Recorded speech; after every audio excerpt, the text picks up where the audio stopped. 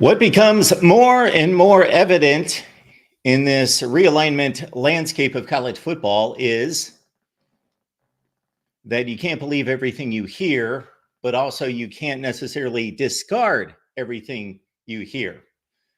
Welcome into the Voice of College Football, breaking down the game we all love each and every day with you. Best discussion, debate, and analysis. SEC Media Days continues today, day 2 there. And we will be live at 4 p.m. Eastern Time with a number of contributors jumping on with us concerning especially the 4 teams that appear in Dallas at SEC Media Days. And I'm sure this will be discussed at SEC Media Days, not necessarily there at the podium or concerning any of the media scrums themselves, but certainly the scuttlebutt across the landscape of college football that we have discussed in recent days. Check out the live stream we produced over the weekend with our Florida State guys concerning Florida State not going to the Big Ten, not going to the SEC, but Florida State landing in a Big 12 that's been extremely aggressive under Brett Yormark. We talked also in recent days about why this made more and more sense, and we got more and more indicators as time has passed on, putting number of sources together, whether those are sources that I have or just reading the tea leaves, where this seemed unfathomable weeks ago. Again, my opening statement, don't necessarily discount anything in this crazy world of realignment. We've got Stanford, we've got Cal in the ACC, so consider that first and foremost. So here we go. Brett McMurphy reporting this morning. And we will go to the article here. Brett McMurphy reporting. And let me post the article so you can see it as well. He posted it on X.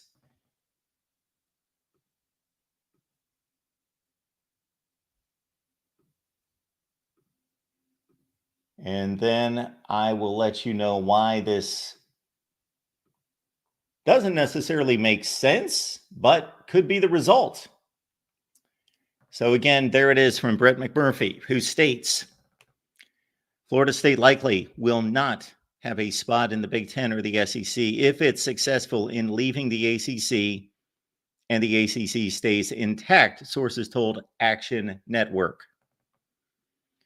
When the Seminoles break free from the ACC, their top choices would be, of course, to join the Big Ten or the SEC because of the huge difference in television media rights revenues. And, of course, that is the obvious issue there, as stated by everyone up front, most recently North Carolina, saying in the last couple months that they would want to leave the ACC. However, there are multiple concerns about adding Florida State, sources said. Those reasons include the fact that it doesn't make financial sense for either league. Quote, there's no appetite for more expansion, said, and FSU has shown it's not a good partner. That's in quotes. FSU is shown to be not a good partner. That from Brett McMurphy's source. That is not my source. However, I have certainly heard such things. So we will get into that in just a second as well. SEC Commissioner Greg Sankey was asked at Monday's SEC Media Days how closely he was following the legal challenges by FSU and Clemson to exit the ACC. Quote, we're focused on our 16 period, Sankey said. I'm not going to guess about what happens next. We can certainly remain at 16 for a long, long time and be incredibly successful. Action Network contacted more than a dozen individuals, including university presidents, conference personnel, athletic directors, network executives, and consultants. None would be identified because of the sensitivity surrounding conference realignment. 3 SEC presidents recently told Action Network they had no interest in adding Florida State. It takes 12 of the 16 SEC presidents to favor adding another school. The Big Ten also was not interested in the Seminoles, sources said. Quote, Big Ten Commissioner Tony Petitti is staying away from expansion, and we're taking Tony's lead, a source said.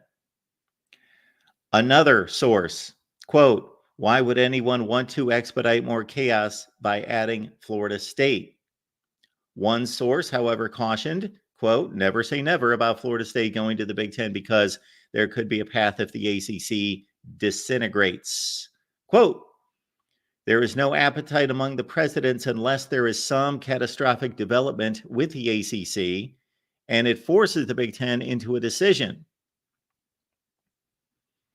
Quote, if the ACC blows up, who picks first between the Big Ten and the SEC? Who picks second? If there is a need and desire to expand, you take inventory so your competitors don't get it. But the presidents and chancellors are looking for stability. Despite what the social media geniuses are suggesting, no one, the leagues, the networks, is driving expansion. End quote. That could change if the ACC no longer exists. And again, this is leading me to a number of points we will make as soon as we get through Brett McMurphy's article. But if the price to get out of the ACC is too prohibitive that Florida State and Clemson are the only schools to exit, what happens? Quote, if the ACC does not implode, Florida State could be in a dangerous spot, another source said. I don't know if that has a home, if they have a home, unless there's a doomsday scenario and the ACC implodes. FSU is in a bad spot. Another source stressed the Big Ten is, quote, happy where we're at, end quote. What's the upside of Florida State, the source said. We got what we needed by adding USC, UCLA, Oregon, and Washington. And Oregon and Washington were added at 50 cents on the dollar to help USC and UCLA. Why would Florida State help? And at what cost? And most importantly, who's going to pay for it? End quote. If the ACC no longer exists and the floodgates open, allowing a mass exodus from the ACC, North Carolina and Virginia would be highly sought after by the Big Ten and the SEC, sources said. Several sources added they were not convinced they could, quote, trust Florida State as a new member. What does that mean? We will take some shots at that one. Quote, look what they did, getting the Attorney General involved, accusing former ACC Commissioner John Swofford of rigging the television rights to help his son, filing a suit to expose ESPN's TV deals, something the other three power leagues are against, by the way, the source said. They're not a good partner. There's no congeniality. No one wants that. Quote, it's not about FSU getting out of the ACC's grant of rights. They're not a fit, end quote.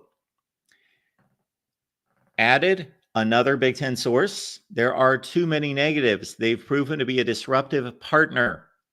Even if you get them in a similar discounted rate as the Oregon and Washington deal, do you trust them as a partner, end quote. We are getting indication here that these trust issues are coming from different sources, if I'm reading this correctly, not necessarily just the same source over and over and over. There's also Florida State's Association of American Universities, AAU status to consider. Every Big Ten school is a member of the prestigious AAU, except for Nebraska, which was an AAU member when it joined the Big Ten in 2010, but currently is not. Florida State is not an AAU member. While it's not a requirement for Big Ten schools to be AAU members, it's a preference. Quote, it's clubby among the presidents, and AAU membership is significant to them, a source said. Remember, these are presidents and chancellors. They make these expansion decisions. If the Big Ten and the SEC aren't options, the Big 12 would seem to be a potential landing spot, sources said. The only problem, Florida State and Clemson are not currently that enamored with the Big 12. But then again, neither were Utah and Arizona State until they saw the Pac-12 crumbling before their eyes. And look where they ended up. Desperate times call for desperate measures. Last week, Big 12 Commissioner Brett Yormark said his league is, quote, not looking to add more schools, end quote, and is focused on integrating 8 new schools the Big 12 added recently. This is from your mark here. Quote, I don't understand why Florida State doesn't rally everyone to work together in the ACC, a source said. Quote, instead, they're attempting something very complicated that ultimately likely won't get them in the Big Ten or the SEC.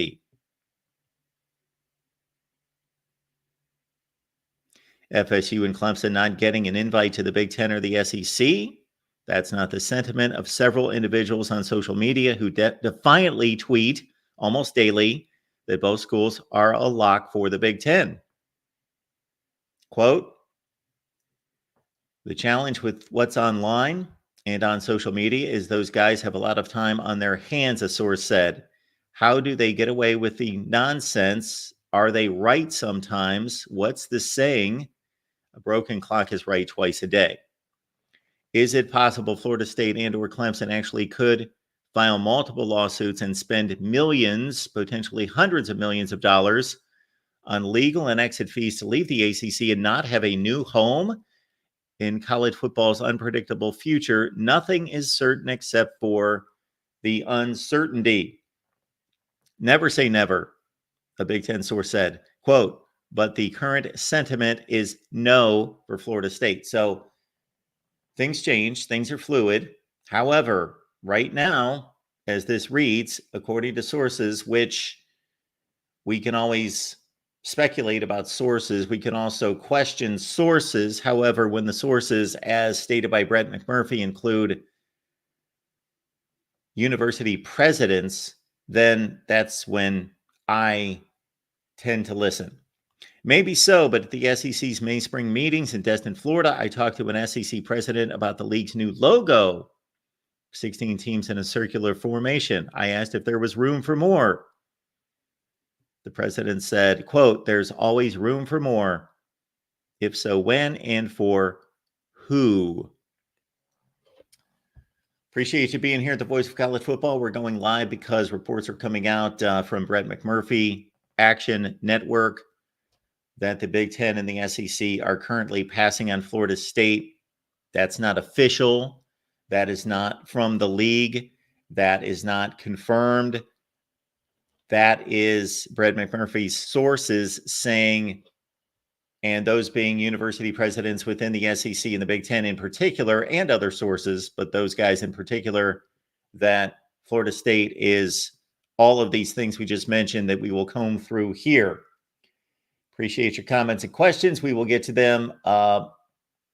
If anything pops up, folks, certainly leave a comment or question concerning this situation. But I will give my thoughts as we comb back through the article. We've read it. I've had a few responses, but here we go.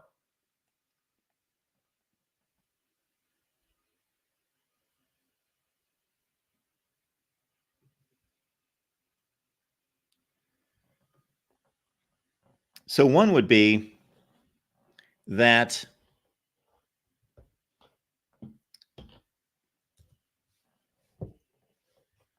we understand that Florida State does not have the best relationship with Notre Dame.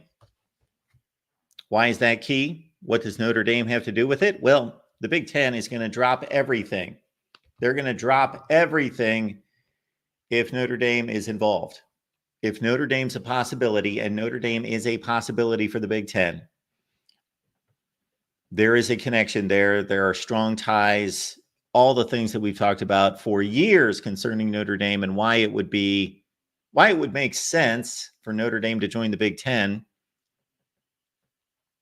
Most of you are quite aware of what those things are. I'm not going to go into them. Most of them are pretty obvious, but they go beyond the obvious. Why Notre Dame, to me, belongs in the Big Ten, and it would be a incredible move for the Big Ten. It definitely benefits the Big Ten. Does it benefit Notre Dame? I believe so.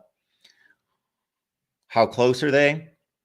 We don't know. However, Notre Dame, Florida State, not necessarily are there good relationships there from what we understand, not necessarily good relationships between Notre Dame and Florida State.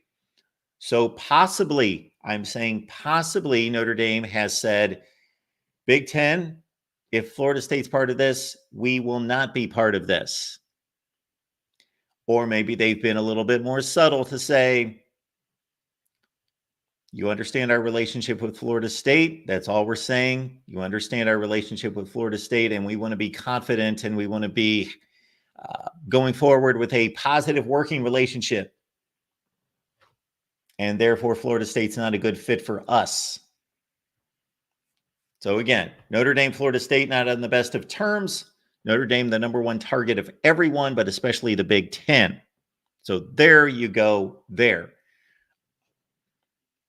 Also, to a lesser extent, but still significant, would be North Carolina.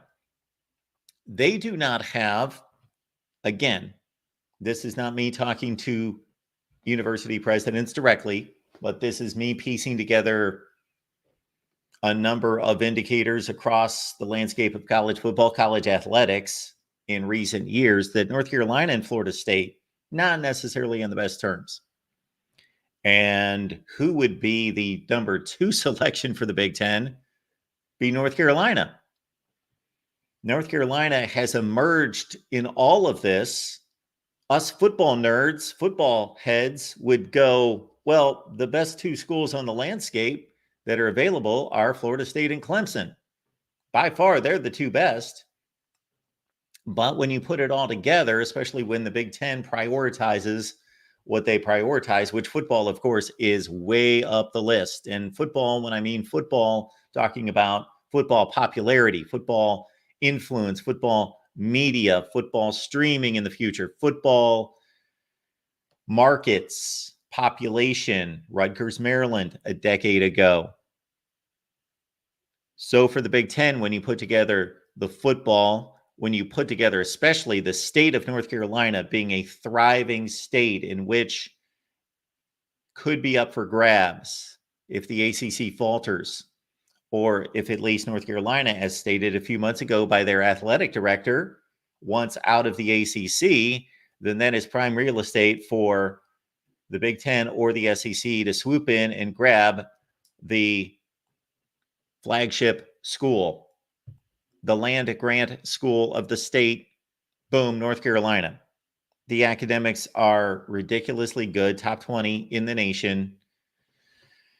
And the basketball, of course, moves the needle. One of the few basketball programs in the country, and probably the number 1 basketball program in the country that moves the needle, North Carolina. So if Florida State and North Carolina do not have a great relationship, you would think that the Big Ten would consider that.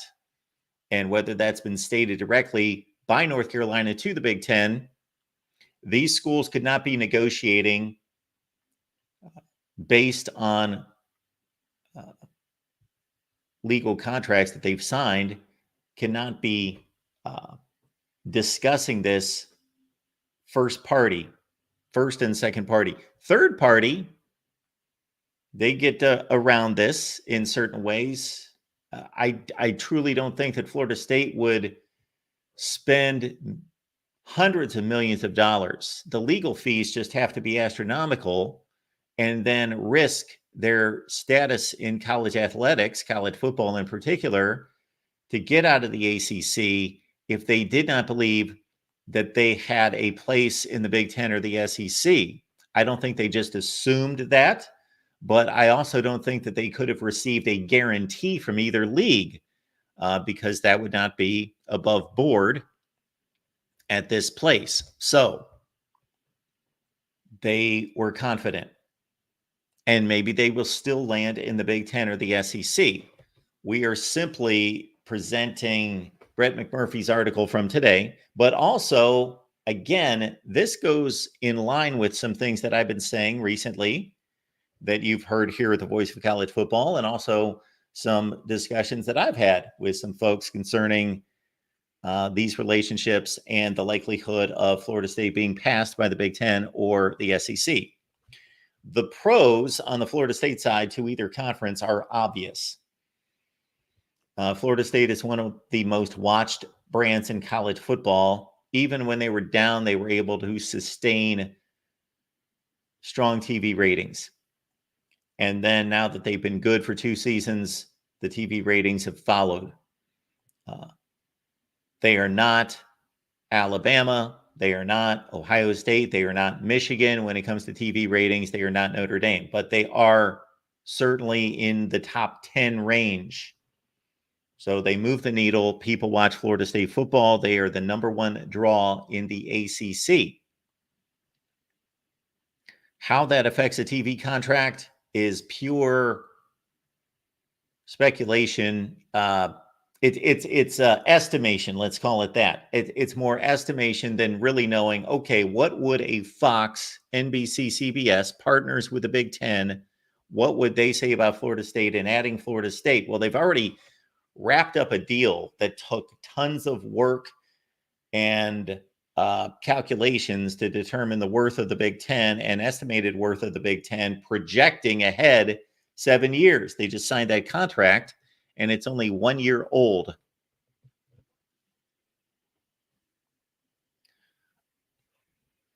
So now to slam Florida State into the mix and say, okay, CBS, NBC, Fox, add Florida State, give us more money.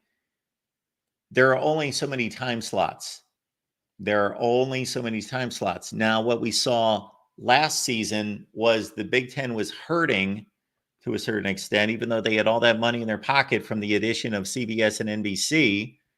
They were hurting to provide good content, good matchups, good games for all three networks all the time, every Saturday. We saw the likes of Maryland and Charlotte playing on NBC primetime, especially non-conference. There's usually about 2 to 3. There's usually a marquee non-conference game involving the Big Ten early in the season, 1, maybe 2, and then a couple decent Minnesota, North Carolina kind of games, and then it drops off the cliff, and you're dealing with Purdue, Indiana State. You're dealing with Indiana and Akron. So, but that has partially been solved, not completely, but that has partially been solved by the entry of USC, UCLA, Oregon, and Washington. You've got matchups coming this year involving Oregon, Boise State. Of course, they go out and play the likes of Georgia in the past, and Oregon usually gives you one big matchup per season. They got Oregon State this year. Washington will do the same thing. Those two schools will give you a big non-conference game and then a decent non-conference game against a Boise State or SMU or somebody like Washington played here recently. USC, of course, gives you USC, Notre Dame, and then USC always signs somebody else, almost always, and UCLA as well. So getting back to this, that is less of a concern for the Big Ten, less of an issue for the Big Ten is filling up time slots with meaningful, attractive matchups for three networks, because it's usually Fox at noon, 80% of the time. That's going to be a Big Ten game. Then it's usually Fox somewhere else in another day part, especially in the non-conference schedule, because think about this, you got 18 teams playing outside the conference. So you've got 18 games. Once they start playing conference games and maybe there's a couple buys involved, then you usually have 8 or 9 games because everybody's playing each other in the Big Ten. So you only have 8 or 9 games going on once we hit the end of September. Early, we've got 18 games. So there are more games to deal with, less attractive matchups to deal with in the non-conference, but you usually have 2 time slots to fill on Fox for the Big Ten. They usually get 2 of those 3, noon, 4, 7 Eastern. May only get 1 on certain Saturdays, but now that the Pac-12 is gone, Fox, again, more time slots to fill, because that was usually a Pac-12 slot, one of those 2 at 4 or 7 Eastern time or late night. FS1, there's usually a Big Ten game on FS1 at some time point during the weekend. That might be a Friday night. Of course, we know Fox is picking up Big Ten games in particular. I think there might be 2 Big 12 matchups in there, but those are primarily Big Ten games on Friday night. So that's a third Fox window over the weekend that needs to be filled.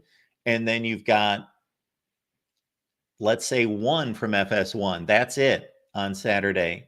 Then you got one from NBC that needs to be filled.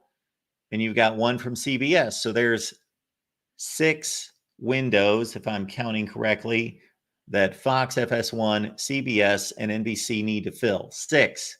Well, you got 9, and with buys, 8 Big Ten games. So that doesn't turn out to be too bad now that we've got Oregon, Washington, USC, UCLA. They have helped this situation considerably in terms of delivering quality inventory.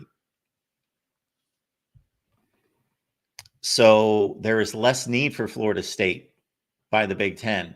Same thing goes with the SEC.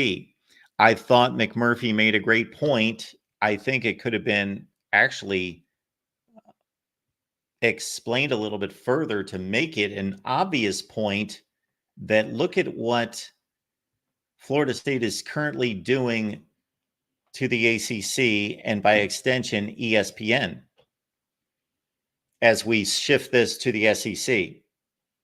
Florida State is taking the ACC to court, and much of that has to do with ESPN. ESPN is a large part of this court battle between Florida State and the ACC. And the Disney and ESPN have gone to the extent of showing up with lawyers, with having legal representation, even though it's not their court battle, it's not their court case. They are showing up at all these proceedings to protect their trade secrets.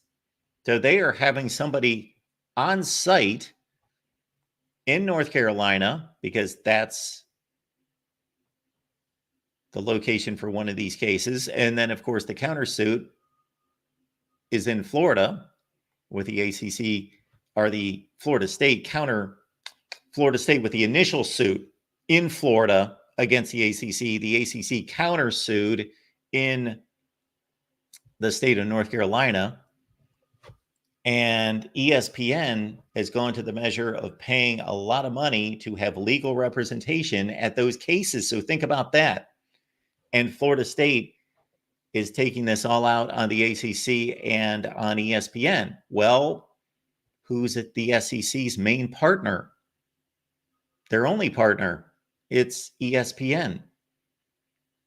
So does ESPN, having just gone through, let's say we're at the end of this court battle with the ACC and Florida State. Let's say we're at the end of it. The ACC, Florida State, they've either had a judge rule or more likely a settlement, but ESPN's supposed to forget about that, turn around, take on Florida State as an SEC partner. That seems unlikely. That seems unlikely.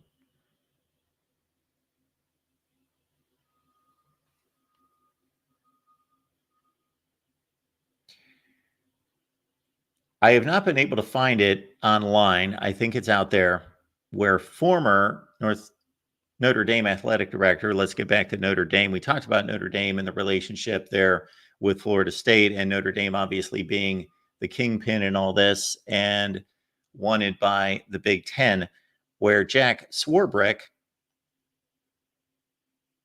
is quoted out there somewhere talking to a booster club, talking about Florida State and a bad relationship with Florida State. Now, he's the outgoing Notre Dame athletic director, but he's on the college football playoff committee. And of course, he wields a lot.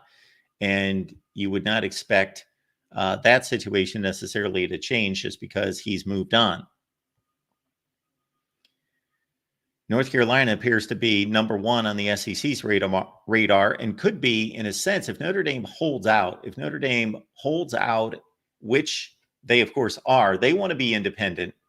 We talked about that at length this past week, Notre Dame, and why they would want to stay independent, and why I believe that college football will have to unite and force them into a conference. They're not going to join a conference or just make it so incredibly financially disadvantage to them that they would have to join a conference, but all those contracts involving the playoff and networks and regular season deals have been signed for a long, long time. So nothing's going to change fiscally for Notre Dame going forward for a long, long time. So it would have to be more of a uh, persuasive move for the SEC and the Big Ten to get Notre Dame into a conference. And why would the SEC and the Big Ten, the way college football is currently structured, why would they work together to get Notre Dame into a conference? Because they can't put them in both conferences. So somebody would be at a disadvantage. So as college football is currently structured, every conference fighting for itself, why would the Big Ten and the SEC work together to get Notre Dame into a conference? Because that conference would most likely be the Big Ten. Why would the SEC work toward that unless this SEC Big Ten consortium, this committee that they put together, advisory committee, becomes official and they start to run the sport, and then they can divide teams and work together to do that. And then Notre Dame lands somewhere, and there is compensation for the other league to receive value. Let's say North Carolina and fill in the blank go to the SEC and Notre Dame goes to the Big Ten, and the Big Ten and the SEC are both fine with that. They've agreed that that's the best way to go. And there you go. Who will be connected to North Carolina? I see that much as the USC UCLA deal. Although,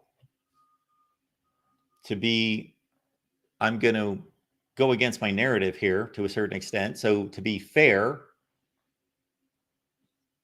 Oklahoma and Texas was a package deal to the SEC. They both phoned the SEC together and said, we want out of the Big 12. Will you take us? And they came together. As we understand it, USC and UCLA did not know about each other's deals and communications with the Big Ten initially. And then they got together. And of course, UCLA is extremely attractive to the Big Ten for certain reasons, but it's pretty plain to see why they would not be attractive and why they would be a second choice. But hey, you just need to be a choice. You just need to be selected, whether it's first or second. And UCLA made the cut. My point there is that maybe North Carolina has a similar situation, bringing somebody on with them to join the Big Ten or the SEC. I think it would be the Big Ten, but that's just a guess. I think they fit a little bit better in the Big Ten overall. But consider this. Consider this, folks. The SEC is obviously the best football conference. That could change. Oregon, Washington, USC, and UCLA added to the Big Ten powers. We'll have something to say about that. My outlook currently is that the SEC is still the best conference. But what do you guys care about? You care about championships and elite teams and who's competing for championships. And the Big Ten may be able to match the SEC at the top. And that's what people care about, not trying to figure out whether Illinois is better than Mississippi State. So that's where that stands right now. Still believe that the SEC is the best conference, but the Big Ten will be right there. It will be something to see starting this season in the college football playoff. I think it's going to be fascinating to see the wars between these conferences on the field and also in realignment. My point here is that USC UCLA came as I don't want to say a package deal, but there was obvious connection there. That North Carolina, somebody's going to attach themselves to North Carolina, I believe, whether that's fill in the blank. It's one of three schools, I believe. NC State. There are reasons that North Carolina would bring NC State along with them. There are reasons that it would not happen. The Board of Governors of the state of North Carolina, and depending on how much power they wield, could have something to say about that. So whether that's NC State, because of the obvious connection with North Carolina, much like USC and UCLA, or whether that's Duke because of North Carolina Duke, whether that basketball series, I know it's the greatest in college basketball, of course, by far, whether it wields that much. And of course, Duke brings a great academic reputation and school with them. But it's not necessarily, I don't know, I don't follow college basketball anymore, whether it's the Duke of Mike Krzyzewski, whether that's been proven yet, whether that holds enough weight to attach Duke to North Carolina for them to move on together, or the other school would be Virginia. And we've talked about that here at the Voice of College Football, North Carolina, Virginia. It's the oldest running rivalry in college football in the South. The Deep South, Auburn, Georgia. In big-time college football, it's Wisconsin, Minnesota, I believe. And then in the South, North Carolina, Virginia. And there are a lot of other ties there. Check out the Virginia video that we posted concerning Virginia realignment just about a week ago. We had Jackie Franchuli from 247 Sports on to talk about Virginia's pros and cons, that Virginia could connect itself to North Carolina and move on to the SEC or the Big Ten. And you would think, well, how does this make any sense for the SEC or the Big Ten to go after Virginia? Well, there's nobody in the state of Virginia from the Big Ten or the SEC. No one in the state of North Carolina for the Big Ten or the SEC. And schools do have potential to get better. Virginia could be the East Coast version of Stanford that was great in football 10 years ago. It could happen. Great school, and they bring significance with them. But I made the point a few minutes ago about the SEC being the best football conference in the past, and most likely right now, and into the future, it'll be a battle with the Big Ten. But I believe it's a deeper conference. North Carolina, Duke, do they add anything in football? No. Could they possibly go 7-5, 8-4 in the SEC? Yes. Does that add anything? No. Not even talking about media rights and all of that. That would water down the SEC football distribution of revenue, because North Carolina and Duke do not draw TV ratings at all. Maybe I'm being a little bit hard on North Carolina. Yes, some people watch North Carolina football, but you usually have to attach that game to a Miami or somebody else for somebody to take notice. But the point there would be, maybe the SEC says, you know what, we're fine in football. We're great in football. We can absorb the football mediocrity. We can absorb taking on two more Mississippi States in North Carolina and Duke in football for the basketball. We're the best in everything.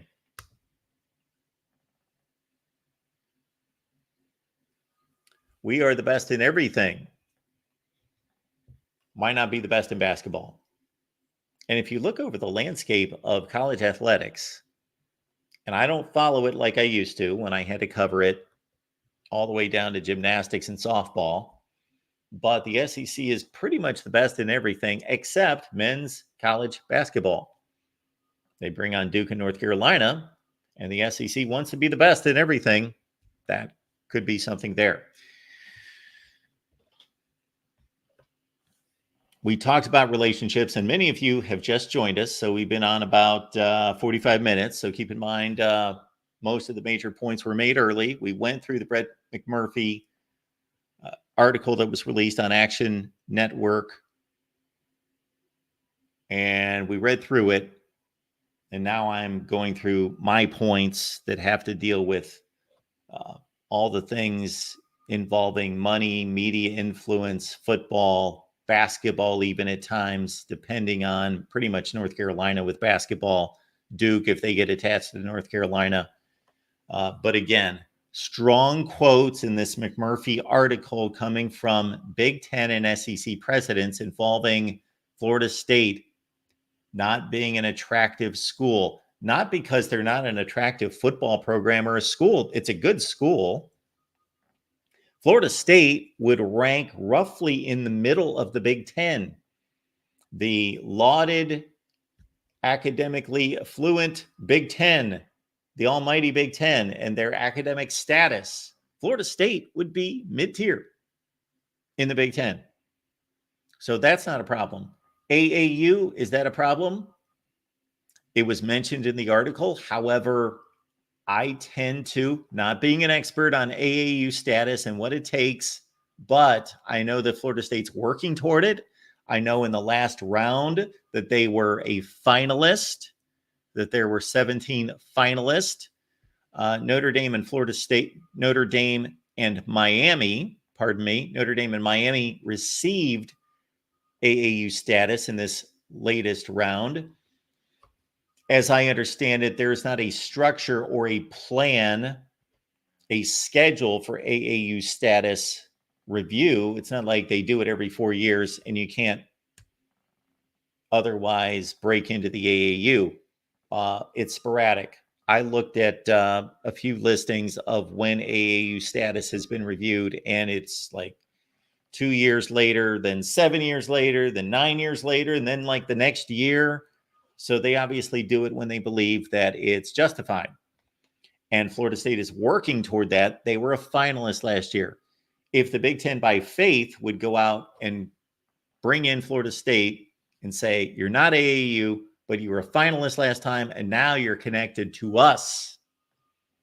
And what that means, perception, and also logistically, and also practically, and what we can do for you to add to your resume, I would think would pass them over the finish line to AAU status. I would just have to think that that makes total sense. So I don't think that's getting in Florida State's way. I think what's getting in Florida State's way is relationships. If we really read into this, our buddy Greg Flugar, check out his channel, does a great job. Greg's a great guy. Greg has supported me. So check out Greg. He's on top of this stuff like every day. I am not a realignment guy. Our role here at the Voice of College Football is typically breaking news. USC, UCLA go to the Big Ten. We talk about it. We discuss with you what are the pros and cons. And then we go forward with scheduling models, division models, pod models, what's going to work here. How is UCLA going to fare against the Big Ten? What is the history? What is the trajectory? What's the projection toward the future? USC, the same thing. That's what we major on here at the Voice of College Football. But in terms of Greg, he's on top of the realignment talks. He has sources, and he talks about relationships. We can't underestimate. Just think, this is no different than business. The way business is conducted is not just, oh, they are generic company A or representative A, and they're B and they're C, and the pros and cons in black and white are this, and the financial impact is this, and so I'm choosing A. No, it's just like real life.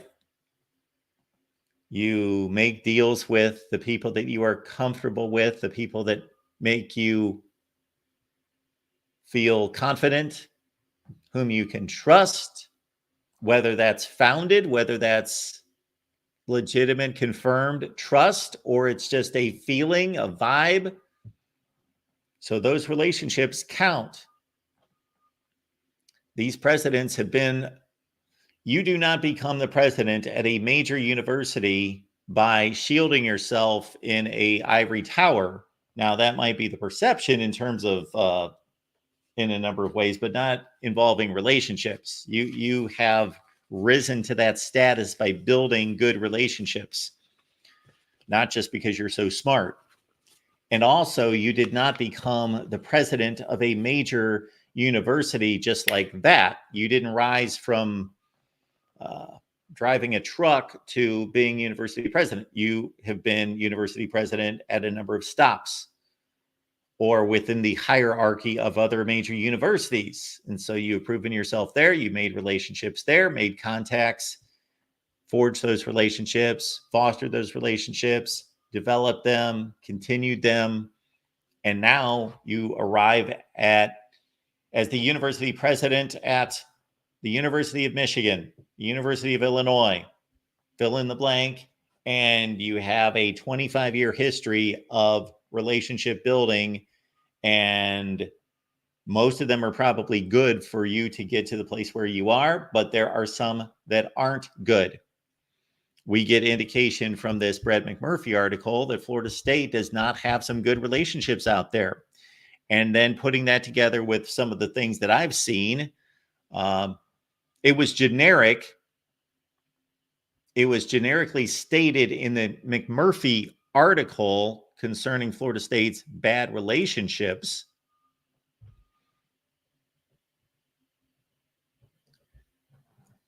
But we know that they come from SEC and Big Ten presidents, at least one or two of them. So McMurphy, again, he cited how many university presidents he'd spoken with, both in the Big Ten and the SEC, and 3 come to mind. But he cited other sources. They talked about, more than one, talked about not the best of relationships with Florida State because of unstated things throughout the years, but also because of this current situation with Florida State suing the ACC and by extension, ESPN, which has chosen to be legally represented at these court cases. And that's costing them a lot of money. And so they're in an antagonistic relationship right now. Think of this: ESPN and Florida State, they are in an antagonistic relationship. And then we would expect for Florida State to get their way, get out of the ACC, regardless of what it costs, to turn around and then do a business deal with Disney and ESPN. So again, relationships. And our buddy Greg Flugar, he emphasizes that. And he's the guy that broke USC, UCLA to the Big Ten. And again, based on my history in business, and I'm sure based on yours, you can relate to that. Relationships mean a lot. We'll take your comments and questions here at the Voice of College Football. We will also, we will take your calls. We do have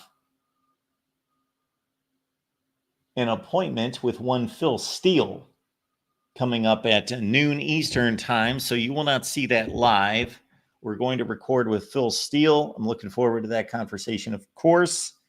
So I am dropping the link in the chat, so please call me about anything concerning realignment. And we'll be back at 4 p.m. Eastern time with SEC Media Days Live. We'll have a number of contributors jumping on from Dallas to talk about specifically the 4 teams that meet with the media today, but everything involving the SEC, 4 p.m. Eastern time today on the main channel. Some of you are watching us on the Florida State channel, others on the main channel. And that's one of the great advantages here at the Voice of College Football, is that we've got a network built. And if you're a college football fan to the nth degree, if you're hardcore nuts, you're not going to find everything on the main channel. So go to Florida State, subscribe, Clemson, Miami. Those are our representatives right now that are up and active and thriving out of the ACC. And then we've got a number of Big Ten channels. We've got a Big 12 channel. Check it out, the SEC as well, and tons of SEC channels. Check them out, and please subscribe there. But again, Phil Steele, I was just starting to make my notes for Phil Steele, and this story broke, so here we are. But we will talk to Phil Steele, and also our USC guys will talk to Phil Steele. So our thanks to Phil, because I'm guessing we're one of the few places where he does 2 interviews. So he's kind enough to do 2 interviews with us, one here on the main channel. Then we also talk USC football with Phil Steele. Got our first call coming in here at the Voice of College Football. Chris, what's going on? Hey, Mark.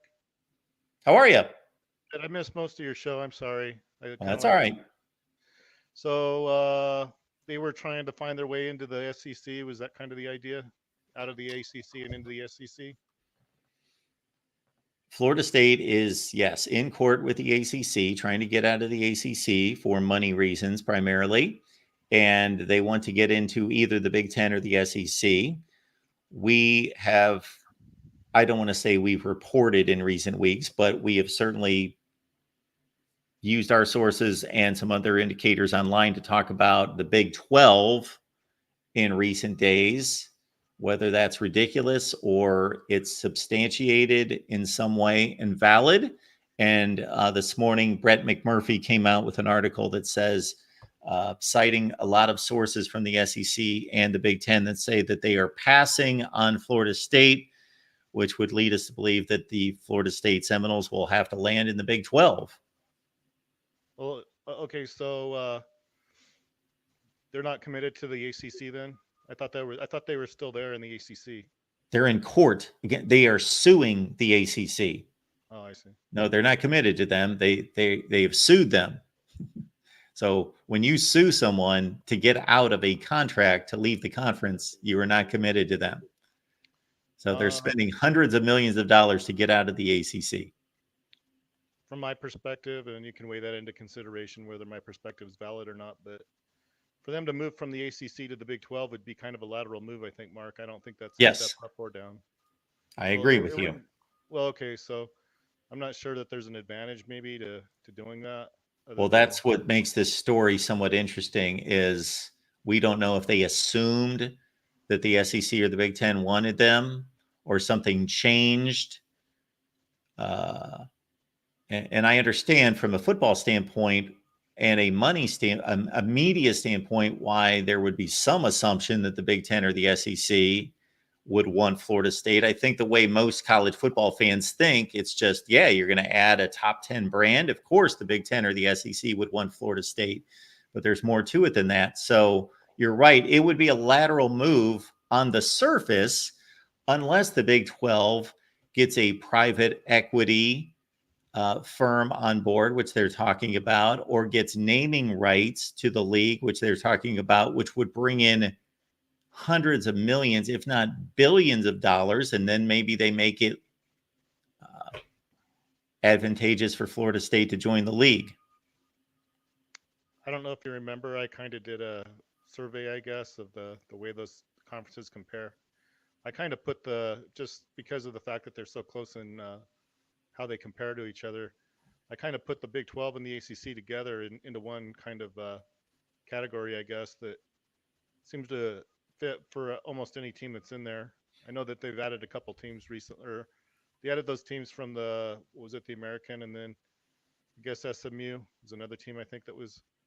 So we have a greater, I guess, a higher percentage, I guess, of teams that weren't part of it. But it seems to me like they're still about. I don't know how to explain it other than that the Big Ten and SEC have a better selection, I guess, of teams relative to the groupings that are there. So unless Florida State can really separate themselves, I'm not sure exactly what they're hoping to do unless they can really show that they're a higher caliber program, I guess. I'm not saying they're not. I'm just saying that unless they can show that they are, I'm not sure that they would really. I don't know how. I guess what I'm trying to say, Mark, is I don't know if they'd fit well in the SEC or Big Ten. But maybe you would know more about that if you tell me. They add value to the SEC and the Big Ten. When you say fit, are you talking about culturally, No, academically? I just mean in terms of maybe it's perception or whatever. I think like you've said something about well, why is Rutgers or I don't know, maybe it was you said that there were teams in the Big Ten that weren't very good, I guess. And but I think Rutgers, I think actually does add something. They're not the first team you think of as far as being a quality team, but I think that Rutgers is better suited to the Big Ten than Florida State would be. That's just Why? my opinion. Well, I just see that they have value. They add value, kind of like what you were saying. I think they do, but I know that they don't really quite stack up. And we could say same thing about maybe Indiana or, but at some point, I don't know that you get unless I mean I know Florida State has a lot of tradition, history, and as far as what how they've done and just as far as their way they present themselves, they're probably as good a team as you could hope for. But I just don't know if they would fit if that grouping. I guess I don't know what else to say about it. So, and I don't really look at it in terms of whether they their academics, whatever. I mean, that's something I don't really have any idea what they do, but I guess if I was trying to increase the way that the conferences look, I guess I don't know if I would go straight to you know Florida State to bring them in, or if I'd look at someone else outside that. Are they the first team you would add if you were trying to make it better? I mean, Notre Dame. well, I understand that, but obviously, but I mean, apart from Notre Dame, I mean, is there a team in particular you think would make fit better? I guess in the Big Ten. If I were the Big Ten, Notre Dame would be my number one target, as they are in reality. And then after that, I believe Florida State's the best football program historically and currently. And what I have stated for 5 years, even before we started down this road of realignment and teams leaving conferences with Oklahoma and Texas a couple of years ago, was that if I was the Big Ten, I would go to Florida. Okay. And I would get, now I would look at it a little differently now, but I would go get Florida State and or Miami because Okay. the Big Ten has everything going for it. They have money beyond everybody else. They have TV markets, they have media influence, they have a NFL type media contract. They've got fans all over the place. They've got enormous institutions with enormous alumni bases and enormous endowments. They've got academic prestige. They've got excellent schools. They've got good football, great football traditions, probably better than any conference in the country. What they don't have, that's been somewhat mitigated by adding USC and UCLA. What they don't have is enough football players in their footprint, meaning high school football players that are talented enough to play in the Big Ten.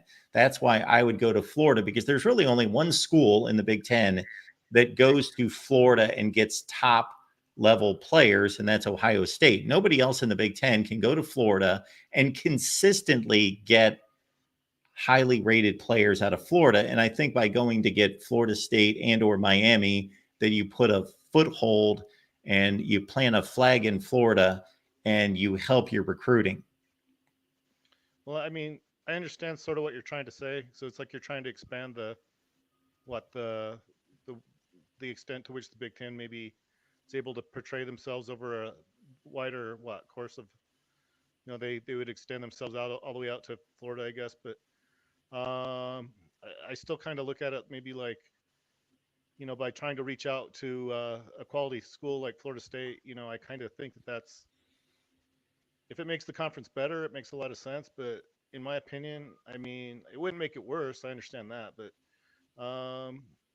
I guess I don't understand necessarily why they have to reach outside just to maintain their status. Is that kind of the idea? Keep themselves at the top? The Big Ten?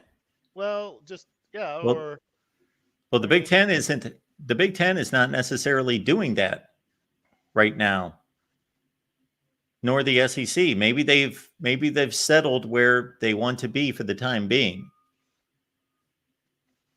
well, I guess the question I have, Mark, is so you're saying that there'd be the media rights deals would be better, I guess, and there'd be more people, I guess, that would be or watching, I guess, the games if you Well, had those. that's a great question, Chris. So here is the theory versus the reality as I see it. Theoretically, is the Big Ten better from a media standpoint with Florida State? Yes. Florida State is a better draw than the average Big Ten school, which means in theory, their media value goes up. But in the real world, will Fox, NBC, and CBS be willing to say, oh, you just added Florida State? It's worth this amount of money, and we're going to add to the contract? Uh, that's not necessarily the case. Well, I guess, like I said, I understand a little bit about what you're trying to say. It's like you're bringing in a program, I guess, that's proven themselves to be amongst the very best, I guess. So I mean, you're going to get a better product, I guess, from the fact that you're bringing in something that's proven themselves to be number one, I guess. But I guess I don't really understand why that's really essential because I kind of think that if you're a good conference, I guess you maybe ought to look first at the programs maybe that At least I would think maybe you would do this. Like, I don't want to say they're underachieving, but wouldn't you first want to maybe look at the programs that maybe aren't quite as good as they need to be to stay where they are before you look outside your conference? Or I don't quite understand why you have to look outside your conference to. Why is it the conference's responsibility to go to Indiana and try to make them a winning football program?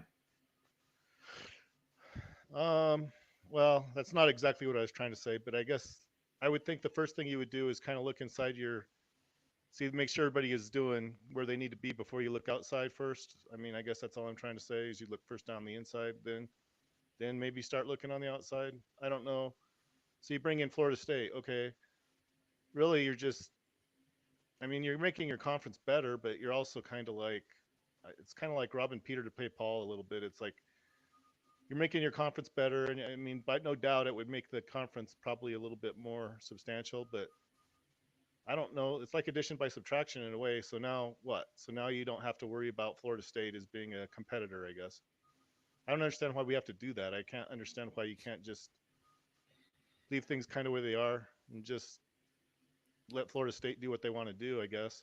The reason is because we have different conferences competing against each other. They're not all working together. That's not the case. It's not the NFL. If it was the NFL, then they would all be working for the good of the NFL. They are not working, meaning the Big 12, the Big 10, the SEC, the ACC, they are not working toward the common good of college football. They're competitors. Well, at Florida State, they had to look outside their program to get a coach. I mean, in my opinion, they had to look to Memphis to get a coach, which is fine. Everyone has to do that. Well, but when you have to start doing that, to me, that's kind of that demonstrates that you're not quite as good as you should be, I guess. If you have to look to Memphis to get your coach. So that proves that you're still the number one, or does it kind of prove that you're not? I know what you're trying to tell me, but that's kind of a demonstration. I think that they're not who they really were. But that's just an opinion.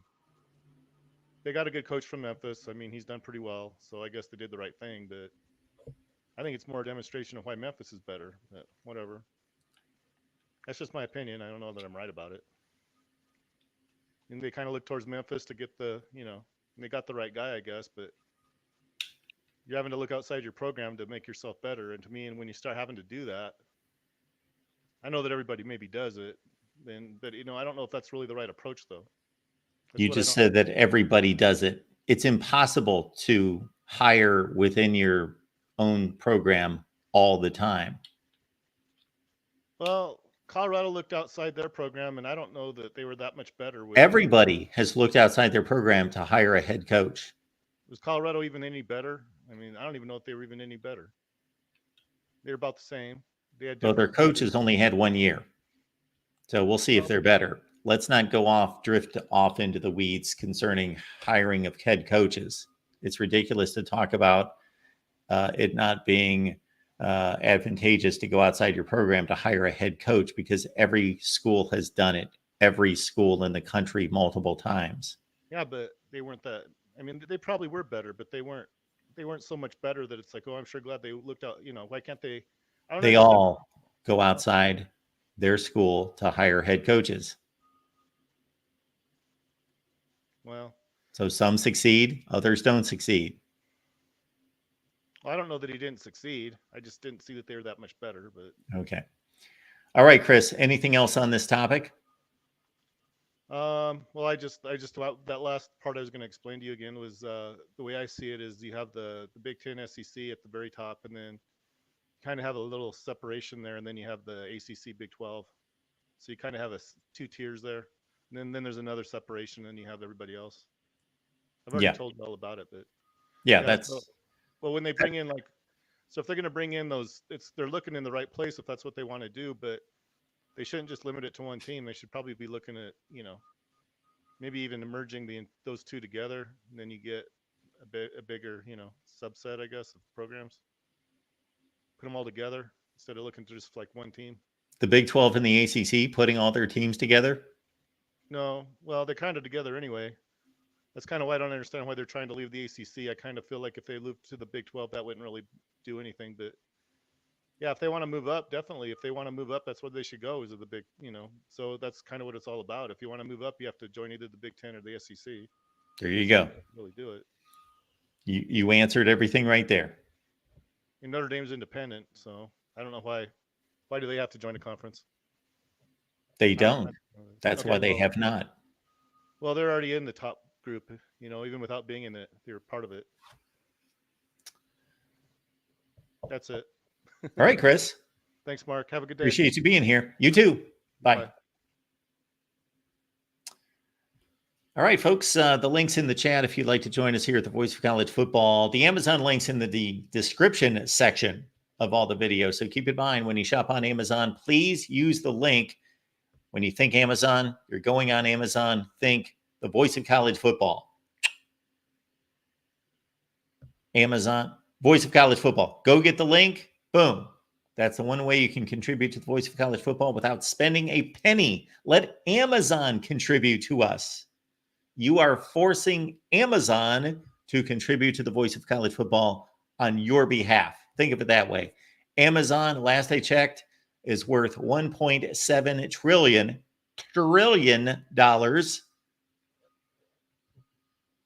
That's shoot, they could just put that money in the bank and they'd be worth.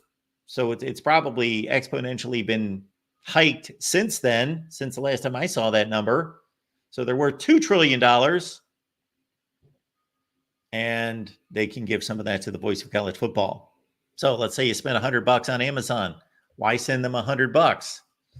Send 6 or 7 or 3, whatever it turns out to be. Depends on what you buy, to the Voice of College Football. So again, grab the Amazon link. It's completely transparent. Give it a shot. If it doesn't work for some reason, please let us know, and we will never expect you to do that again. So we appreciate you doing that for us. And you've got to grab the link directly from us in the YouTube. I'm not going to explain the logistics there, but please grab the link directly from YouTube. All right. Again, this could be huge news. This could be simply another smokescreen of some sort. But again, Brett McMurphy, is he credible? I believe he is. Is he always right? No. Is he saying that Florida State will definitely not join the Big Ten and the SEC? No, he did not state that. He stated that it doesn't look as though that will happen because good sources, namely presidents in those two conferences, say, no, we are not looking to add Florida State, and these are the reasons why. So we do appreciate you being here at the Voice of College Football. If you're just joining us, go all the way back to the beginning of the video, watch the whole thing. I don't know that we can be much more exhaustive concerning money, media markets, relationships. We brought Notre Dame, that angle into it, North Carolina and others, that angle into it. Keep in mind, Brett Yormark is an aggressive commissioner. Keep that in mind. Brett Yormark, Bob Bowlesby was at the front end of this when the conference was teetering after the loss of Oklahoma and Texas. What did they do? They went out and got, not that they were listening to me in any such way, but we've got a video that's out there. You can all take it in. We said, go get UCF, Cincinnati, BYU, and Houston. They're the 4 best options for these various reasons to go get and try to fortify your league before other schools jump. And the Big 12, they fortified their league by going to get those 4. And then they extended from there, trying to maintain contact with the Big 10 and the SEC by going to get the 4 corner schools from the Pac-12. Well, Brett Yormark is no dummy. He knows that his league is not nearly as good as the Big 10 and the SEC. I know his rhetoric, which is ridiculous. And this is the only issue I have with Brett Yormark, because the moves that he's made and the moves that he is proposing to make, whether he says we are definitely pursuing this, or sometimes he'll say it more as we are investigating, we're reviewing this, we're looking at it, we're considering it. They all make sense to me. As a league that is clearly behind the other two, to go out and consider getting private equity, to consider giving up naming rights, although it looks a little clownish that you give up the Big 12 and you start calling yourself the All-State 12 or the All-State 16. Seems a bit clownish, but what seemed clownish years ago is no longer clownish because all these leagues are trying to make money. All these sports franchises and all these conferences and leagues in every realm of life, every industry of sports, just trying to make money. So whether that transforms itself to naming rights, logos on fields, which we already have. Do we have in terms of, I don't know that we've got logos on fields. We've got signage at fields. I can't think of any logos, corporate logos on any fields. I don't believe so. But that might be next. Patches on jerseys, helmets, could be NASCAR. It wouldn't be NASCAR on their helmets, but it could be like watching a NASCAR race. So Yormark, I credit him with all of that. My issue with Brett Yormark is that he manipulates statements. He basically, I don't want to use the L word. It's not an outright lie. It's just not factual. It's not accurate. The statements that he makes that the Big 12 is more relevant than it's ever been. How does that make any sense in any such way? When he says that the Big 12 is, that college football has never been more equal across the board, that the Big 12 has never been in a place of equality like it is right now with the other conferences. What is he talking about? This one fact in and of itself completely refutes all of that. Think about this. Every agreement in the history of college athletics, if you can bring me an example, please do, because there probably is a one-off here or there. But every major decision agreement between the power conferences in the history of college athletics was made as equal partners. They treated each other as equals until this college football playoff deal. And now they are suddenly not equals. For this 10-year college football run of 4 teams in the playoffs, they all split the money. The Big 12 got just as much for, yes, not winning one playoff game. Let's get this straight. There were 10 years of playoffs.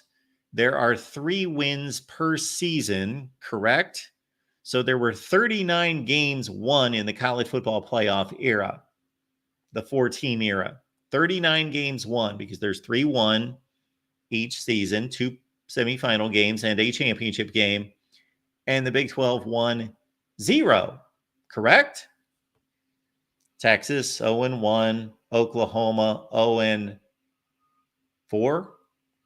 16, no, 15, 17, 18, 19, 0-4, that's 0-5. TCU won a game.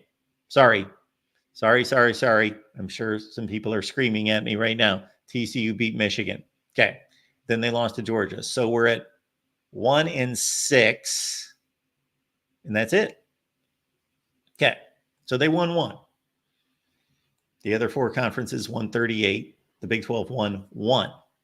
So during this time of getting trounced in the college football playoff, and I'm sure the score differential is by far the worst of all the conferences. I guarantee that. That's not even close, because Clemson obviously showed up for the ACC, and the Big 10 won some games, and the Pac-12 fared okay when they made it.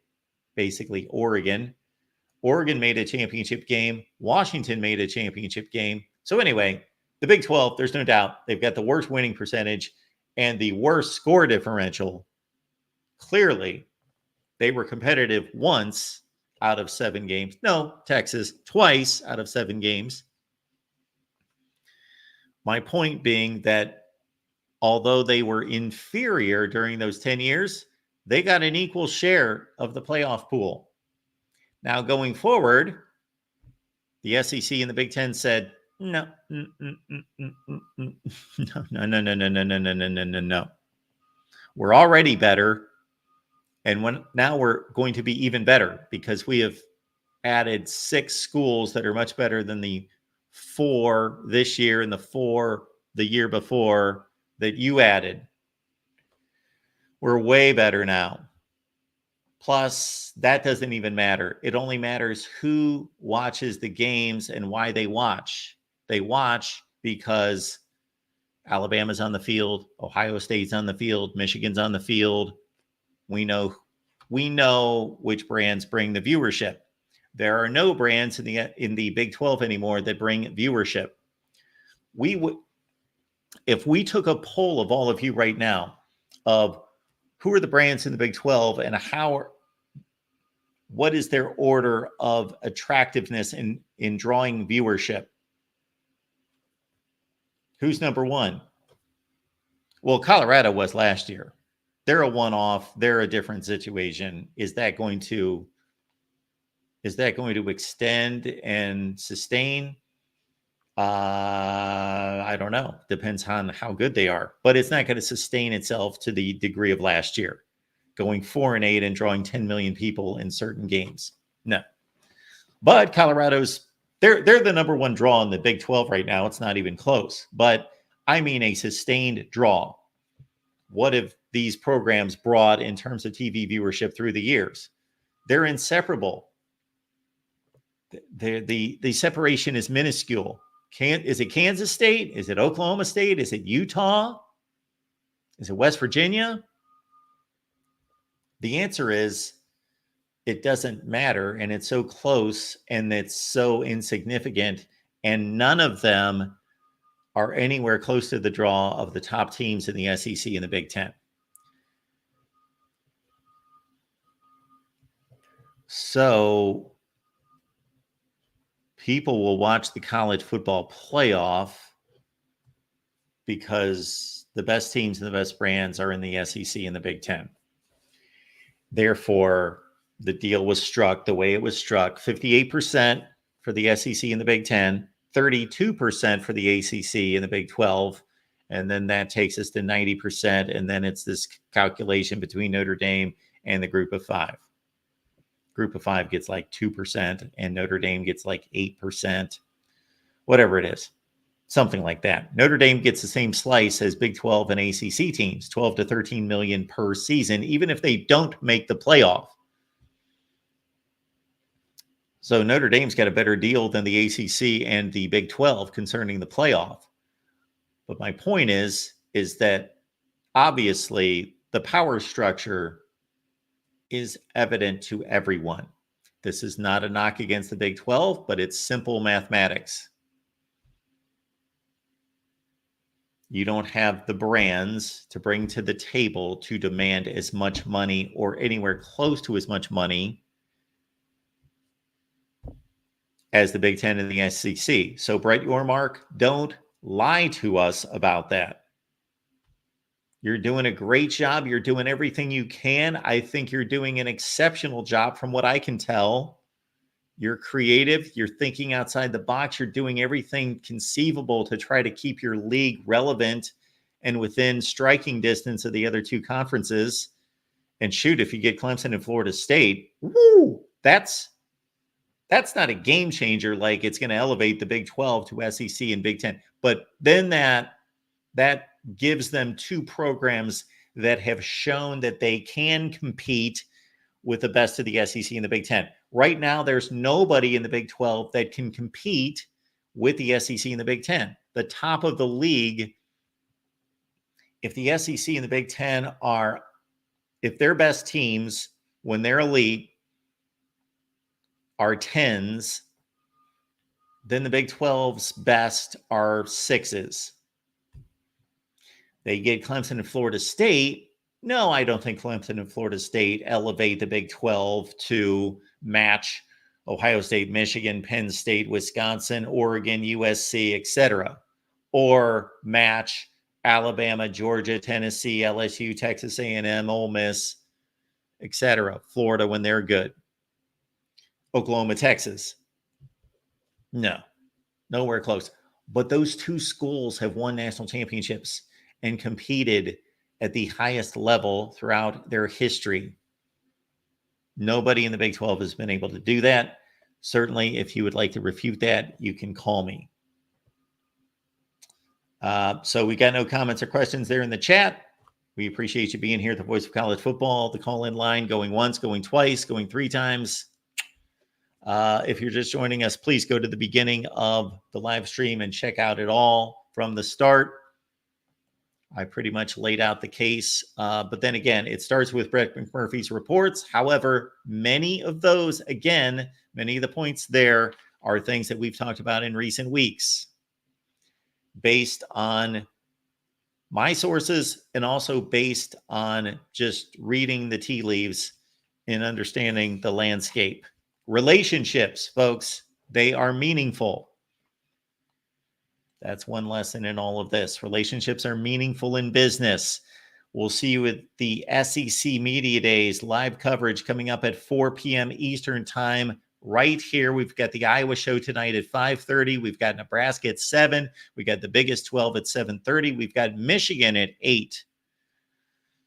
It's a must-watch Tuesday, as always, here at the Voice of College Football. We will see you with the SEC Media Days at 4 p.m. Eastern Time. I'm going to record with Mr. Phil Steele. Be looking out for that video in the coming days right here at the Voice of College Football. Please like the video on your way out and subscribe.